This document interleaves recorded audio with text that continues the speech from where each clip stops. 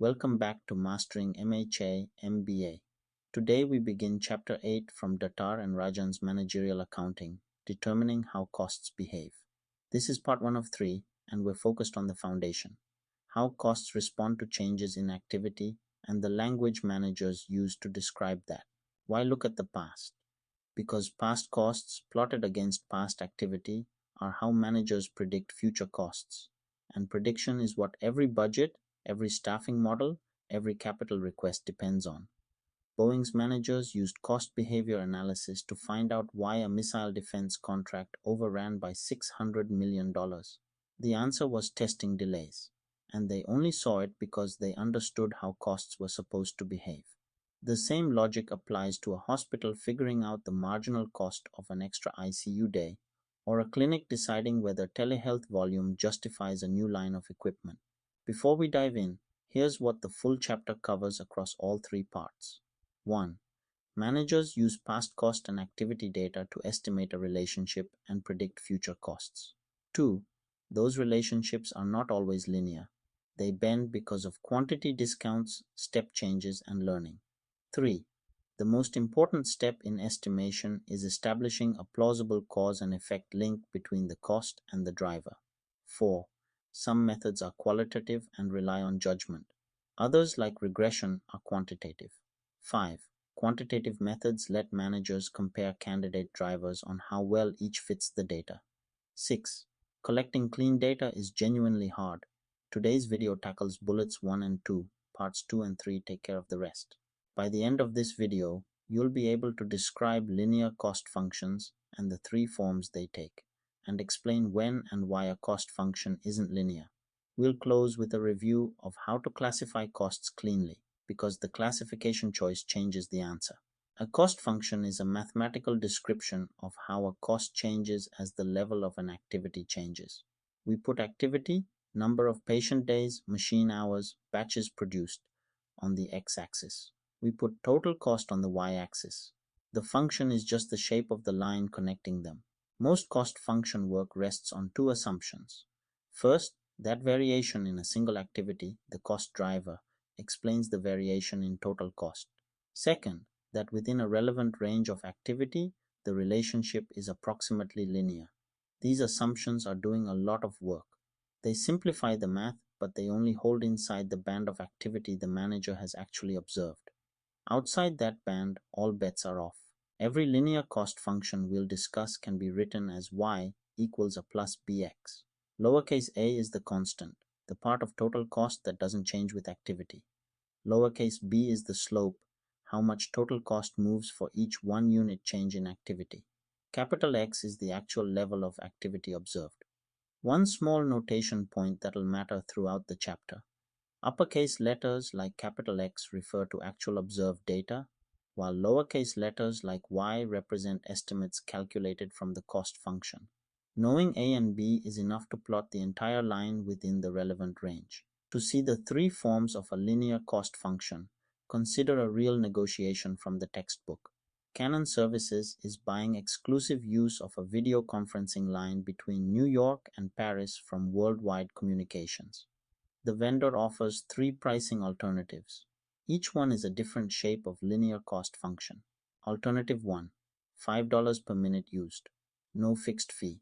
The cost function is y equals 5x. The line starts at the origin, because at 0 minutes you owe 0. The slope is 5, meaning each additional minute adds exactly $5. This is the textbook variable cost. Total cost moves in direct proportion to the cost driver. Alternative 2, $10,000 per month flat, regardless of how many minutes Canon uses. The cost function is y equals 10,000. The slope is 0. The line is horizontal. The constant 10,000 is also called the intercept, because that's where the line meets the y-axis.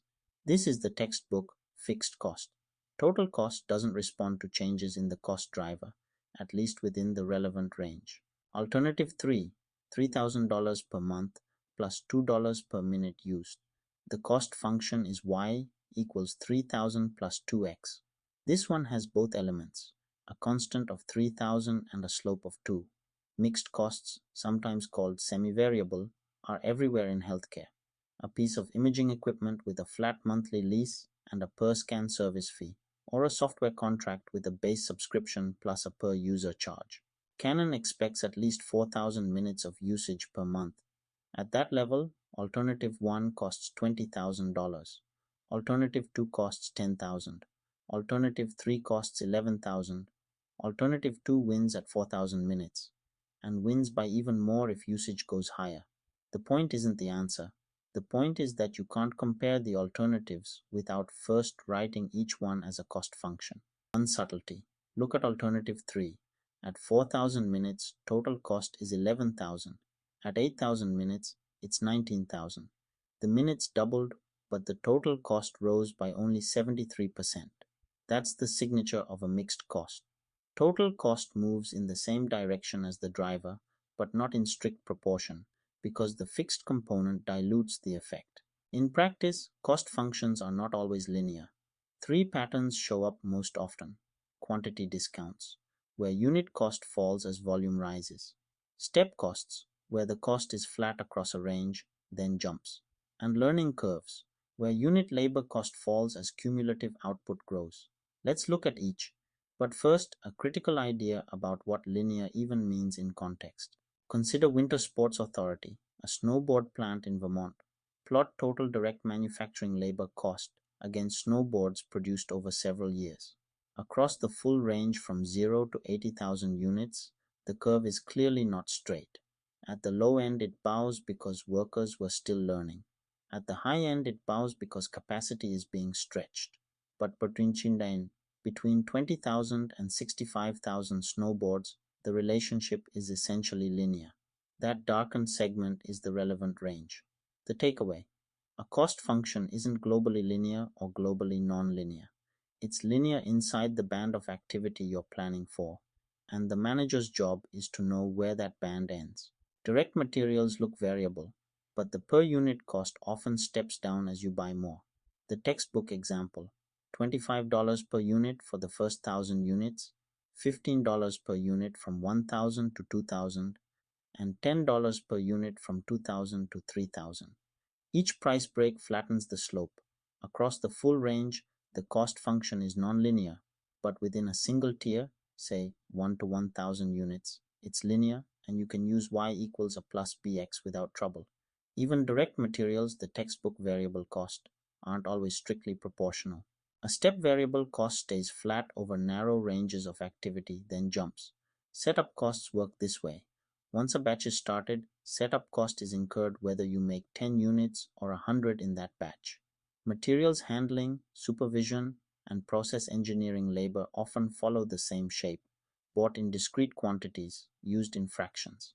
In healthcare, think of nurse staffing under a 1:4 ratio in the ICU. You need a fourth nurse the moment census moves from 12 patients to 13. Managers usually approximate these step costs with a smooth line for planning, but the underlying staircase is what the schedule actually looks like. Step fixed costs look similar, but the flat segments are much wider.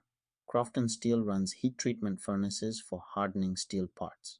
Each furnace costs $300,000 to operate. With 2 furnaces running, fixed cost is $600,000 and stays at $600,000 across a wide band of furnace hours, between roughly 7,500 and 15,000 hours. Push past that and you have to fire up a third furnace, jump to 900,000.